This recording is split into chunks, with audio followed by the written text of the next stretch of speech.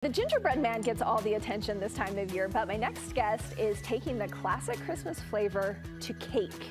So I bet you can guess who it is. This gingerbread poke cake is the dessert you didn't know you needed. It's our friend Courtney Rich. She's here with her recipe. And this thing, I'm just here and I'm like smelling it right here. Oh, doesn't it make you so happy? It's just packed with, Christmas flavor. Yes. Can we call it that? The warm spices of gingerbread, for me, it takes me back. My mom used to make gingerbread cake and she would do a lemon sauce with it and some whipped cream. So I have a version of that in my cookbook.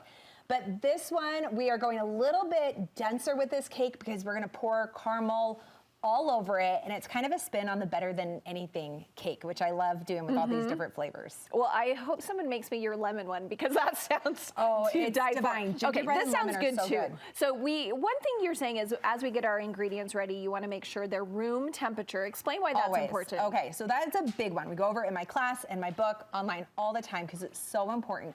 Having room temperature ingredients, so like for this one, it would be your buttermilk and your eggs. They better blend together so they're nice and smooth. As you're like looking for the visual cues when you're baking, that is one. We want that to be really, really smooth. The batter, no clumps or anything. They'll better blend together, evenly distribute, so your cake rises better. Dry ingredients better absorb them when they're room temperature, and that all helps to just create this great texture in our cake and a good rise. Okay, so, yay. huge. Okay, do you want to show us how we're putting this together? So we've already made the gingerbread cake just in a 9x13, which we love when we're serving big groups or we just don't have a lot of time. And this is a great one to make ahead of time, even the day before, because letting the caramel really soak into the cake makes it even better. Okay. So I'm gonna just finish the whipped cream. The key here is the molasses. So that's how you're sweetening it. Yeah, well, and adding the flavor. There's some powdered sugar in there and some whipped cream. But last time we did a pumpkin poke cake with a caramel whipped cream and we added the caramel. I'm gonna have you pour the molasses in. This gives, sorry that gets so loud, this gives the whipped cream a gingerbread flavor.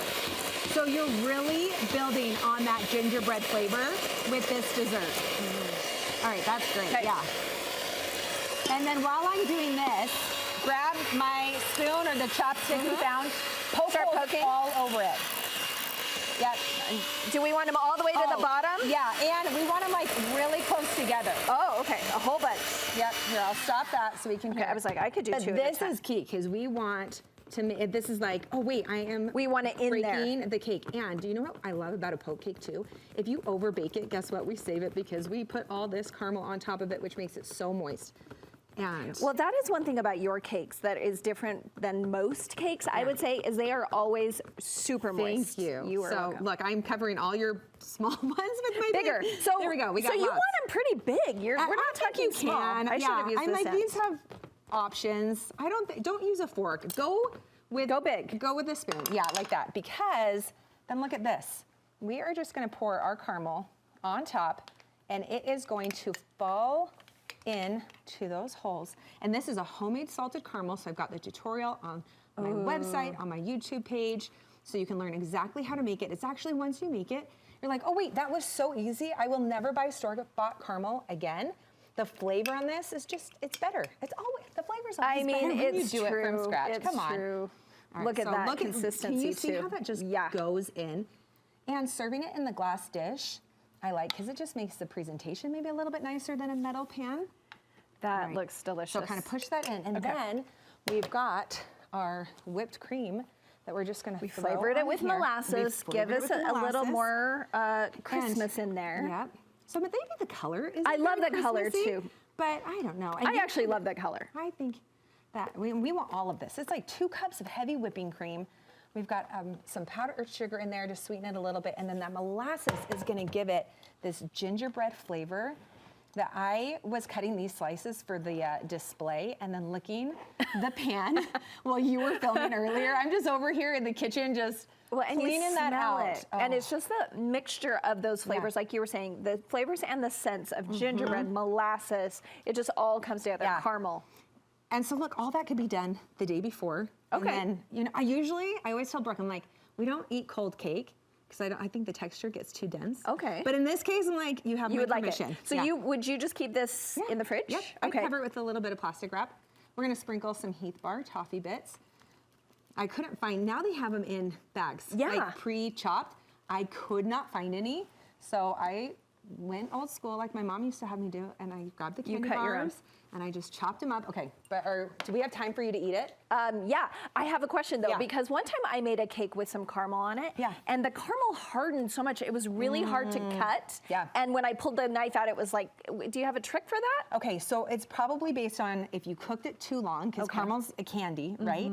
So we're cooking it for me, I look at the color, but then also we need to add enough heavy whipping cream to it afterwards, so that it thins it out. Oh, okay. Because I think maybe it was just probably didn't have too- enough. It either got I cooked didn't too have long. your recipe. I think I just did my own thing. So, or I might probably use store-bought, to be completely honest. So maybe this Yes, will be if the you key. try those caramel wrapped ones, those will harden. So it's homemade caramel in this is going to be She gave me a really big bite. I know. Oh, and I already selected your bite, so it had all the caramel in it. Do you love that? I taste every flavor. I mean, here. Courtney, Isn't that so, like, I don't know, so Christmassy, so happy. anyone would love that. So you have that, you have the lemon option if you want. Yep. Also with gingerbread. And I like how you're giving us all the tips and you talk about what's important online and on your Instagram. Where's the best place for people to So you'll connect? find me on Cake by Courtney on Instagram, cakebycourtney.com. Also on YouTube, you have my books and products, and hopefully you can find all the information you need. If not, email me. I'll let you know. She'll tell you. Thanks, Courtney, so much. Thanks, Amy.